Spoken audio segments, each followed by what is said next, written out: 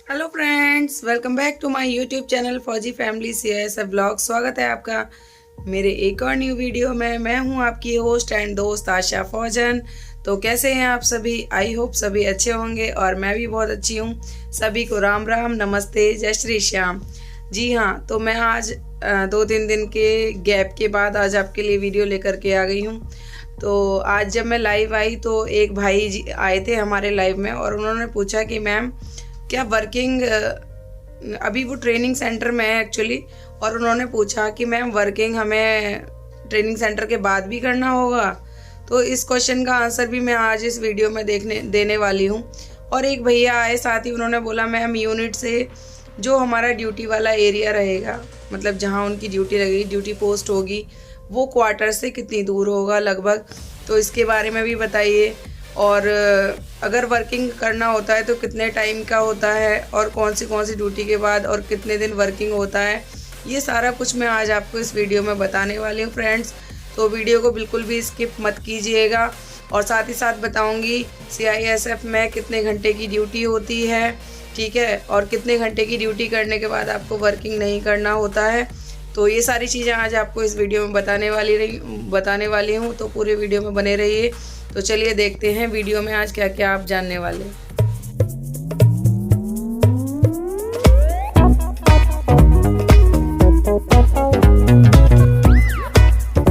तो चलिए फ्रेंड्स, बात करती हूँ, वीडियो को डिले नहीं करूँगी और ज़्यादा बातें करने की ज़रूरत नहीं है, पॉइंट पर आते हैं। तो जी हाँ, पहला पॉइंट था कि जो फालिन होता है वो वीक में कितने दिन होता है, कितने मिनट का होता है। तो चलिए इसी क्वेश्चन का आंसर जानते हैं। तो जो रेजिमेंटल फालिन होता है वो CISF की हर यूनिट में होता है और हर एक दिन होता है। जो बैरिक में बैचलर लोग रहते हैं उनके लिए डेली होता है, उन्हें डेली वहाँ पर उपस्थित रहना होता है। हाँ, किसी को कुछ इशू है तो वो CHM सर से बात कर सकते हैं, उनको बता सकते हैं अपनी प्रॉब्लम के बारे में कि मैं उपस्थित नहीं हो पाऊँगा, मुझे कुछ प्रॉब्लम है या कहीं पे जाना है या कहीं बिजी है, तो वो बात कर सकते हैं। लेकिन डेली होता है रेजिमेंटल फालिन। और सेकंड बात करते हैं फैमिली मेंबर्स के बारे में। बैरिक के बारे में मैंने बताया आपको डेली होता है उनके लिए, और सेकंड है फैमिली मेंबर्स के लिए। तो जी हाँ, फैमिली मेंबर्स के लिए भी रेजिमेंटल फालिन होता है, लेकिन हर एक यूनिट में थोड़े अलग अलग नियम है उसके लिए। किसी यूनिट में 3 दिन होता है रेजिमेंटल फालिन फैमिली मेंबर्स के लिए, और किसी यूनिट में 4 दिन भी होता है। लेकिन ज़्यादातर यूनिट जितनी भी हैं उनमें 3 दिन ही होता है रेजिमेंटल फालिन, ठीक है। तो रेजिमेंट फालिन दैट मीन्स कि अगर आप नाइट शिफ्ट करके आए हो तो आप दिन में सोओगे, मॉर्निंग में आके सो जाओगे, तो आपको इवनिंग वाले फालिन में उपस्थित रहना पड़ेगा, ठीक है। अगर आप ये शिफ्ट करके आए हो तो आपको शाम वाले फालिन में उपस्थित रहना पड़ेगा, ठीक है। और सेकेंडली, अगर आपकी सेकेंड बी शिफ्ट है, फर्स्ट बी शिफ्ट है, क्योंकि शिफ्ट चेंज होती है, जब आप यूनिट में जाओगे तो सारी चीज़ें आपको और भी क्लियर हो जाएंगी। जब आपकी सेकेंड बी शिफ्ट होगी तो आपको मॉर्निंग वाले फालिन में उपस्थित रहना पड़ेगा, ठीक है। यहाँ तक मैंने आपको बताया कि फैमिली मेम्बर्स के लिए 3 या 4 दिन होता है, बैरिक वालों के लिए डेली होता है। और यहाँ पर मैं बताना चाहूँगी कितने मिनट का होता है। तो ये 40 मिनट्स का होता है, ठीक है, अप्रॉक्स 40 मिनट्स। तो ये फालिन जो है, जब तक आप CISF में कार्यरत हैं, कभी भी रुकने वाला नहीं है। आप सोचेंगे कि मैं ट्रेनिंग सेंटर में मैंने ट्रेनिंग कर ली है भाई, अब मैं यूनिट में जाऊंगा तो मुझे फालिन से और वर्किंग से निजात मिलेगी, तो ऐसा नहीं होने वाला है।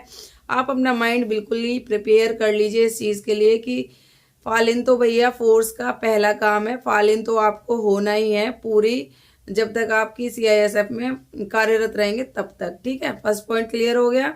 अब सेकंड पॉइंट पे बात करते हैं। तो चलिए बताती हूँ मैं सेकंड पॉइंट के बारे में। सेकंड पॉइंट ये था कि मैम हमारा जो ड्यूटी वाला प्लेस है, ड्यूटी पोस्ट है, वो क्वार्टर से कितनी दूर होगी। तो जी मैं बताना चाहती हूँ, देखो किन्हीं एरियाज में कभी कभी होता है कि दूर भी होती है, 10-12 किलोमीटर भी होती है, लेकिन हार्डली, मैं अभी 3 यूनिट काट करके आई हूँ, चौथी यूनिट में आई हूँ, तो 4 से 5 किलोमीटर की दूरी पे जो है क्वार्टर्स अवेलेबल होते हैं CISF के यूनिट, जहाँ पे आपका ड्यूटी पोस्ट होगा, वर्किंग प्लेस होगा, वहाँ से क्वार्टर्स 4 या 5 किलोमीटर दूर रहते हैं। और सारे एरियाज में ड्यूटी जाने के लिए आपको बस प्रोवाइड की जाती है। कहीं किसी यूनिट में हो सकता है किन्हीं कारणों की वजह से प्रोवाइडेड नहीं हो, तो वहाँ पर भी टेंशन लेने की ज़रूरत नहीं है। आजकल सभी के पास अपने व्हीकल होते हैं, अदरवाइज बस सबको प्रोवाइड की जाती है और बस से ही लोग आते जाते हैं, बिकॉज आपको वहाँ पर जाकर हथियार भी लेना है भाई, फिर ड्यूटी पोस्ट में भी आपको छोड़ते हैं, तो इसीलिए ये ट्रांसपोर्टेशन जो है वो हमारी यूनिटी प्रोवाइड करवाती है और 4 से 5 किलोमीटर की दायरे में रहता है। और इसी में बात करते हैं लोग कि भाई हम लोग 8 घंटे की ड्यूटी करके आएंगे, फिर फालिन भी जाएंगे, तो मैम हम अपनी फैमिली को टाइम कब देंगे? तो जी जब आपकी ड्यूटी चेंज होती है उस टाइम पे आपको टाइम मिल जाता है, प्लस आपको वीकली ऑफ भी मिल जाता है। अगर आपकी यूनिट में स्ट्रेंथ पूरी होगी तो आपको वीकली ऑफ भी मिलता है। तो ऐसा नहीं है कि आप फैमिली को टाइम नहीं दे पाएंगे, फैमिली साथ में रह रही है तो आप ज़रूर टाइम दे पाएंगे। उन लोगों के दिल से पूछ कर देखो जो अपनी फैमिली के साथ टाइम स्पेंड नहीं कर पाते और कभी रह ही नहीं पाते अपनी फैमिली के साथ और बाहर रहते हैं इधर उधर, तो आपके लिए तो बहुत अच्छा है कि आपकी फैमिली क्वार्टर में स्टे कर पा रहे हैं। ठीक है, तो आपका सेकंड क्वेश्चन का भी आपको आंसर मिल चुका है। अब मैं थर्ड क्वेश्चन के ऊपर बात करती हूँ।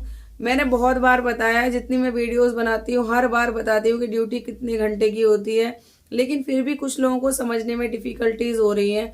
लेकिन कोई बात नहीं, हमारा काम है आपको समझाने का और आपको बताने का। मैं फिर से बता देती हूँ, CISF में ड्यूटी जो होती है A, B, C और जनरल शिफ्ट में होती है, एक क्वार्टर गार्ड ड्यूटी भी होती है। तो मैं इन्हीं ड्यूटीज के बारे में आपको बताती हूँ। A शिफ्ट होती है 5 से 1 बजे तक, थोड़ा आधा घंटा या 1 घंटा आगे पीछे हो सकती है, डिफरेंट डिफरेंट ऑर्गेनाइजेशन के अपने अपने रूल्स रेगुलेशन होते हैं और शिफ्ट के चेक इन और चेकआउट का टाइम जो है वो अलग अलग होता है। उसी के अकॉर्डिंग हमारे CISF मेंबर्स का टाइम भी थोड़ा बहुत ऊपर नीचे हो सकता है। ठीक है, तो A शिफ्ट है 5 से 1 बजे तक, उसके बाद B शिफ्ट होती है 1 से 9 बजे तक। ठीक है, C शिफ्ट होती है 9 बजे से सुबह 5 बजे तक। ठीक है, मैंने आपको A, B, C शिफ्ट के बारे में बताया। और सेकेंडली बात करते हैं जनरल शिफ्ट। जनरल शिफ्ट में क्या होता है, जनरल शिफ्ट में भी बहुत तरीके की ड्यूटीज होती हैं। कुछ लोग ऑफिस में रहते हैं, कुछ लोगों की कभी कभी गेट चेकिंग भी होती है अगर एक्स्ट्रा टाइम बचता है। A, B शिफ्ट होती है या C भी होती है, तो कभी कभी गेट चेकिंग वगैरह में भी ड्यूटी लग जाती है, बिकॉज आप भर्ती ड्यूटी के लिए हुए हो। ठीक है, चौथी ड्यूटी मैंने आपको बताई क्वार्टर गार्ड ड्यूटी। तो क्वार्टर गार्ड ड्यूटी होती है कहीं, वो हर एक जगह पे थोड़ा डिफरेंट है रूल्स, लेकिन जहाँ पर अभी हम रह रहे हैं वहाँ पे 24 आवर्स की ड्यूटी रहती है क्वार्टर गार्ड ड्यूटी और 24 आवर्स रेस्ट रहता है। लेकिन 24 आवर्स आपको ड्यूटी में खड़े रहना नहीं पड़ता है, उसमें ड्यूटी तोड़ तोड़ के करनी पड़ती है, लेकिन आपको ऑन ड्यूटी रहना पड़ता है। और वहाँ पे रेस्ट रूम होता है, आप उसमें जाके रेस्ट करते हो, जितनी 2 घंटे की 4 घंटे की आपकी ड्यूटी करोगे फिर रेस्ट रूम में जाओगे। लेकिन 24 आवर्स तक आपको वर्दी में ही रहना पड़ेगा। दैट मीन्स आप ऑन ड्यूटी हैं। आप क्वार्टर गार्ड को मतलब जहाँ पे कोत होता है उसको छोड़कर आप कहीं नहीं जा सकते, अपनी ड्यूटी पोस्ट छोड़कर नहीं जा सकते 24 आवर्स तक। ठीक है, तो आई होप आपको ये सारे डाउट्स क्लियर हो गए होंगे। जितने भी डाउट थे लोगों के मन में, आज 3 क्वेश्चन मेरे सामने आए, मैंने तीनों क्वेश्चंस का आंसर देने की कोशिश की है। अगर आपको मेरा वीडियो पसंद आया हो तो लाइक शेयर सब्सक्राइब जरूर करना और अपना ध्यान रखिए सभी लोग। मिलते हैं नेक्स्ट वीडियो में। अगर फिर भी किसी को डाउट होता है तो फिर से कमेंट कीजिए। ठीक है, तो आशा फौजन अब विदा लेती है। सभी को राम राम, नमस्ते, जय हिंद, जय भारत, बाय बाय।